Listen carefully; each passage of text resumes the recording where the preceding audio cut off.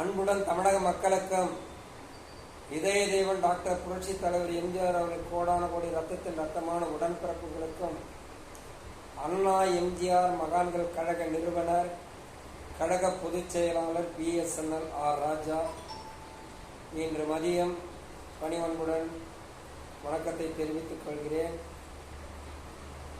அண்ணா எம்ஜிஆர் மகான்கள் கழகத்தின் திருக்கோயில் அணி ஒன்று பைலாவில் சேர்த்திருக்கிறேன். தமிழ்நாட்டில் 48,000 கோயிலுக்கு மேல் திருக்கோயில் சொத்துக்கள் பறிபோகின்றது. அதில் அரசியல்வாதிகளும் அதிகாரிகளும் களவாடப்படுகிறார்கள். இந்த கோயில் சொத்தை யாரும் மீட்பதற்கு வழி இல்லை. அதனால் நான் வழக்கறிஞரை அணுகினேன். இந்த கோயில் சொத்தை எப்படி பாதுகாக்க வேண்டும் என்று அவரை கேட்டு அறிந்ததற்கு, நீங்கள் திருக்கோயில் அணி ஒன்று நியமனம் செய்யுங்கள், அதை நாம் பைலாவில் சேர்த்து விடுவோம், அப்பொழுது நீங்கள் யாரை வேண்டும் என்றாலும் நியமிக்கலாம் என்று வழக்கறிஞர் அட்வொகேட் அருண்குமார் அவர்கள் எனக்கு அறிவுரைப்படுத்தினார்.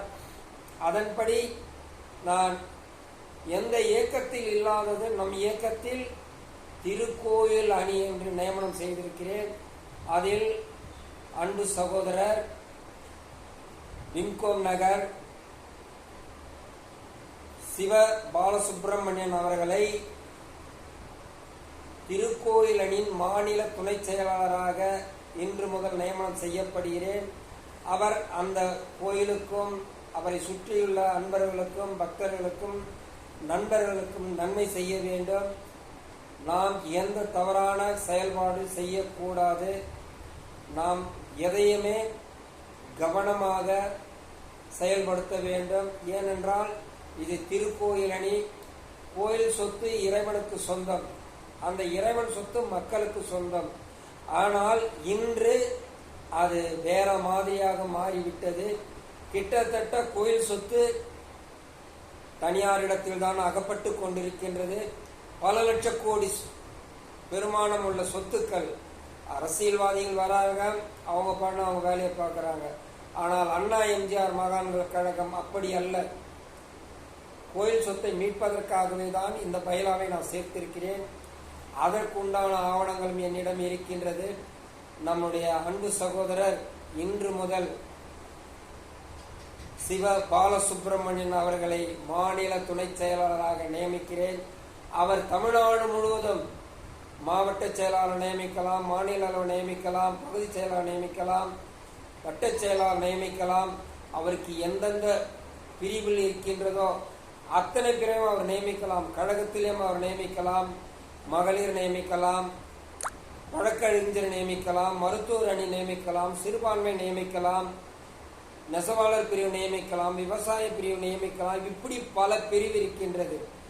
அனைத்தும் நியமித்தாலும் திருக்கோயில் அணி மீது ரொம்ப கவனமாக செயல்பட வேண்டும் என்று சொல்லி இன்று அவரை வாழ்த்துகிறேன், பாராட்டுகிறேன். வாழ்த்துக்கள்.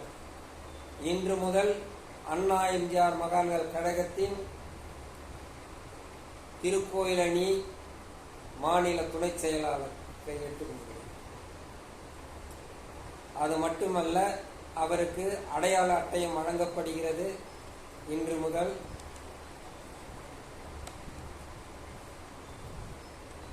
கிட்டவா கை பிடிக்க நல்லா தெரியணும். இது இவருடைய அடையாள அட்டை வழங்கப்படுகிறது. அவர் எல்லோரையும் சேர்க்க வேண்டும். வருகின்ற 2026 நாம் பெரிய மாற்றத்தை உருவாக்க வேண்டும். நாளை நமதே என்று புரட்சி தலைவர் சொன்னார். இந்த அண்ணா எம்ஜிஆர் மகான்கள் கழகம் மக்களுக்காக பணியாற்றும். எங்களிடம் சுயநலம் இல்லை, பொதுநலம் மட்டும்தான். எங்களிடம் யாரும் பணம் வரக்கூடாது, மதுன்னு வரக்கூடாது. பசி என்று வாங்க, அவங்களுக்கு மனதார அவங்களுக்கு சாப்பாடு போடுறோம். துணிமணி இல்லையா கேளுங்க, செய்கிறோம். இதுதான் புரட்சி தலைவர் எம்ஜிஆருடைய கொள்கை என்று சொல்லி இன்று முதல் அவரை மீண்டும் நான் வாழ்த்துகிறேன். வாழ்க அண்ணா நாமம், வாழ்க புரட்சி தலைவர் எம்ஜிஆர் நாமம். என்றும் எம்ஜிஆர் எளிய தொண்டர் BSNL ஆர் ராஜா.